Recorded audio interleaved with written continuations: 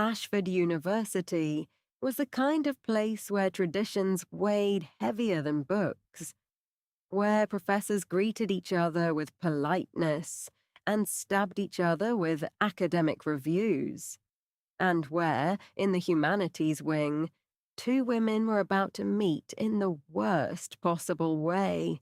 Dr. Elara Voss graded essays like someone witnessing a Greek tragedy. She sighed. She crossed things out. She wrote comments in the margins that read like poems. She loved literature with a nearly religious fervour, and she could not understand how her students could read Keats without crying. Her office was a chaos of stacked books, cold tea mugs, and manuscripts she never finished.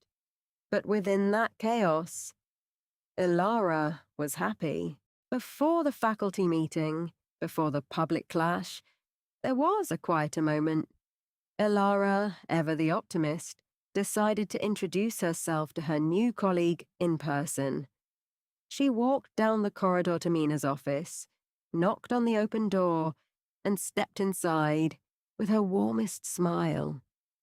"Dr. Park, I'm Elara Voss, from Literature. I just wanted to welcome you to Ashford. I've read your work on epistemology and emotion. It's fascinating. We should grab coffee sometime and discuss it properly." She extended her hand. Mina did not take it. She did not stand. She simply looked at the offered hand, then up at Elara's face, her expression perfectly neutral, and felt frozen in place with a strange feeling in her chest. "I appreciate the gesture, Dr. Voss. However, I prefer to keep professional relationships within the bounds of scheduled meetings. I'm sure we will have ample opportunity to interact during faculty sessions," Mina said in a stern voice. Elara's hand hovered in the air for an awkward second before she withdrew it slowly, her smile flickering but held. "Of course. Professional boundaries, I understand completely."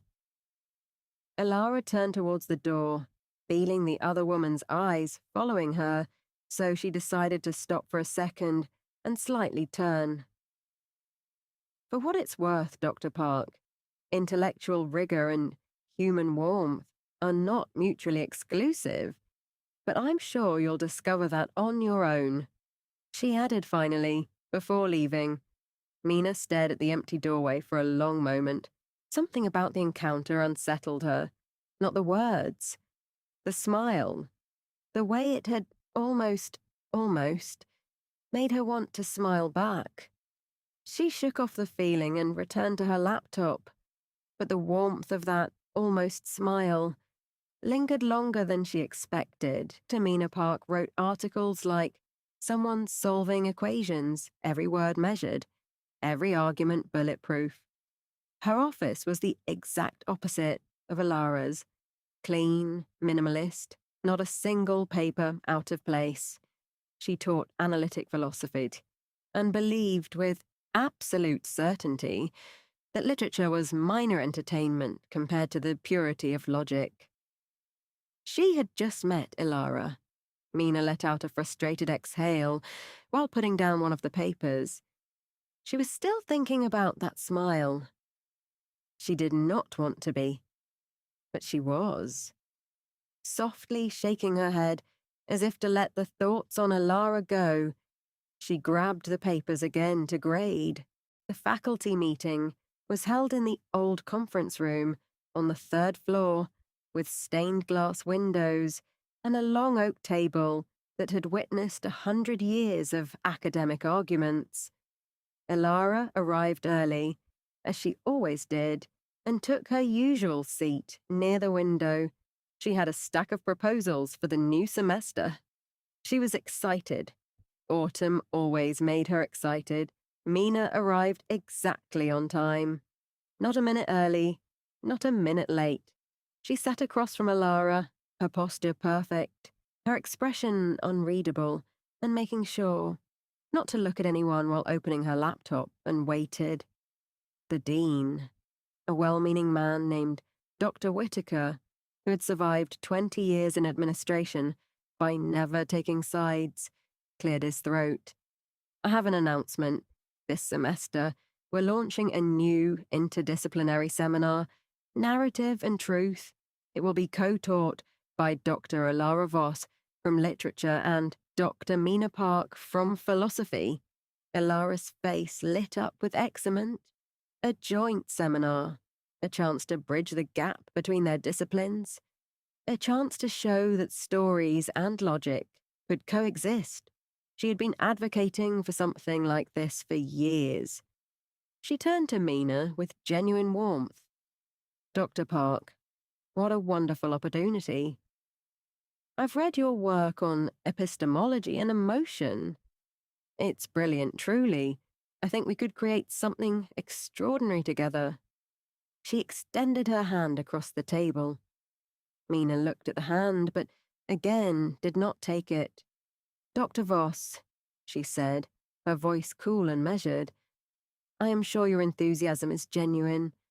However, I have concerns about the academic rigor of such a collaboration.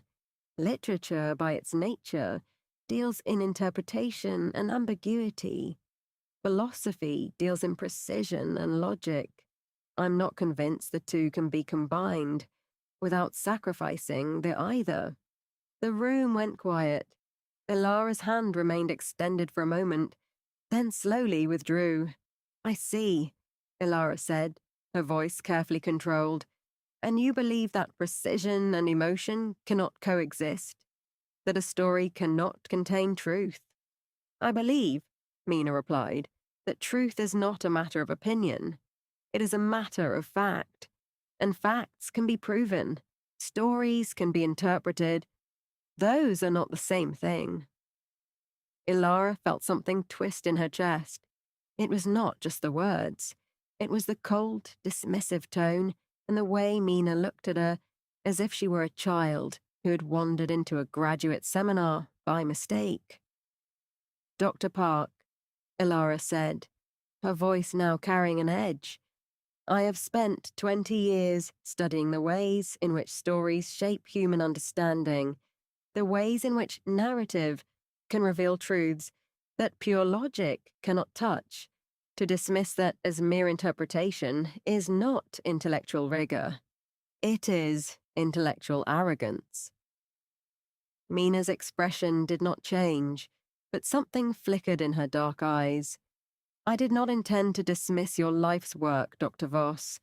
I simply stated my professional reservations. Your professional reservations, Elara repeated. You mean your belief that my discipline is inherently inferior to yours. I did not say that. You did not have to. The dean coughed. Perhaps we can discuss the syllabus in a smaller meeting. Dr. Voss, Dr. Park. My office, tomorrow morning. Elara stood up. I look forward to it. She did not look at Mina as she gathered her papers, but she could feel Mina's eyes on her. And she hated that. Despite everything, she still wanted to know what those eyes were thinking. Mina, for her part, remained seated. She had not expected Elara to react so strongly. She had not expected the hurt in those hazel eyes. She had only intended to be honest, to be precise, to maintain the standards she had always held herself to. But somewhere in the silence that followed Elara's departure, Mina felt something unfamiliar. It took her a moment to identify it. Regret. She did not like it.